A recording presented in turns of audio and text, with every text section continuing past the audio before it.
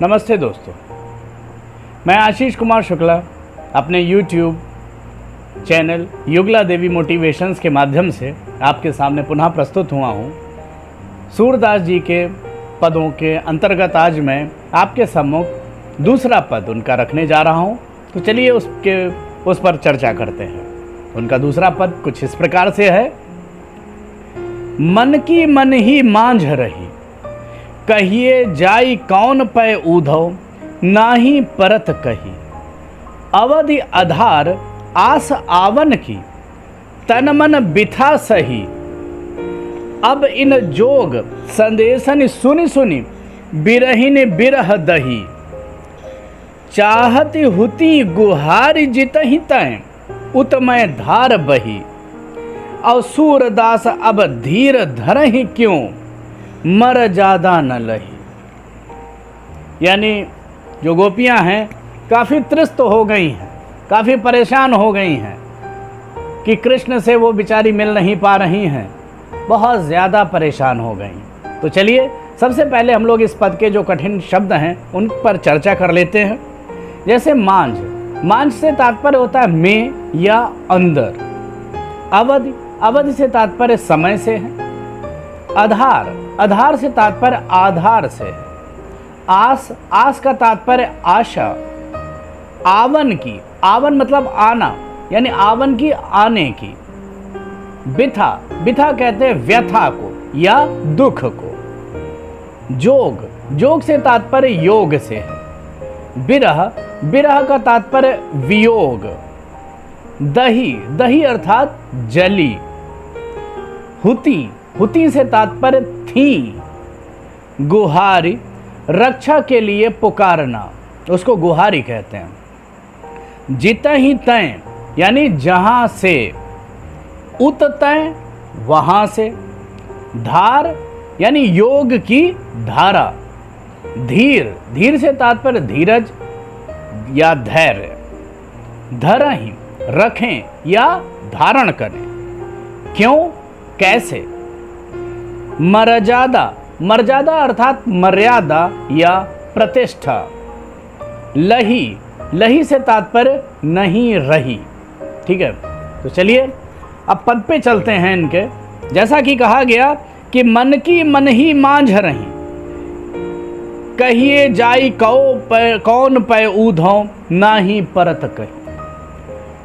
यानी विरह व्यथित जो गोपियां हैं कृष्ण के मित्र ऊधव को उलाहना देते हुए कहती हैं कि ऊधव, हमारे मन की प्रेम भावना मन में ही रह गई है, हमें कृष्ण से प्रेम नहीं मिला, ना ही उसके अभाव में हम अपनी भावना व्यक्त कर सकी। कह रही हैं अवधि आधार आस आवन की, तन मन बिथा सही। यानी अब तुम ही बताओ, हम अपनी या व्यथा किसे जाकर कहें। प्रेम की पीड़ा को कहा भी तो नहीं जा सकता। हम अब तक कृष्ण के आने की अवधि को अपने प्राणों का आधार बनाए हुए हैं। इसी आशा से हम तन और मन की व्यथा सह रही। अब इन जोग संदेशन सुनि सुनि, बिरहिन बिरह दही। कह रहे परंतु अब तुम्हारे द्वारा दिए गए क्या चीज, इस योग संदेश को सुन सुन कर हमारी जो विरह व्यथा है वो और अधिक भड़क उठी है। चाहती हुती गुहारी जितहि तै, उत तैं धार बही। कह रहे हम विरह की ज्वाला में जली जा रही हैं। हमारा दुर्भाग्य देखो, हम जिधर से अपनी रक्षा के लिए सहारा चाह रही थीं, उधर से ही ये योग साधना की धारा बहती चली आ रही है।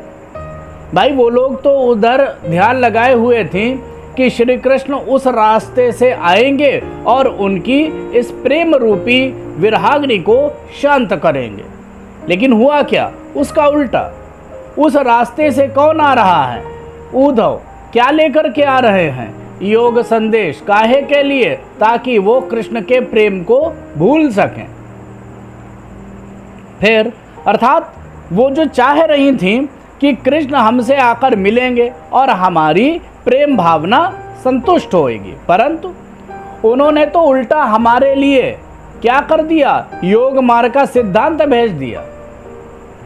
और वो सिद्धांत करेगा क्या? जो हमें सदा सदा के लिए कृष्ण से दूर करना चाहेगा। तब इस पर सूरदास जी क्या कहते हैं? सूरदास अब धीर धरहि क्यों, मर जादा न लही। अब सूरदास गोपियों के माध्यम से कह रहे हैं कि अब तो कृष्ण ने सारी लोक मर्यादाएं तज दी, मतलब त्याग दी। उन्होंने हमारे प्रेम निभाने की बजाय हमें धोखा दिया। भला हम धैर्य कैसे धारण करें? भाई सही भी बात है।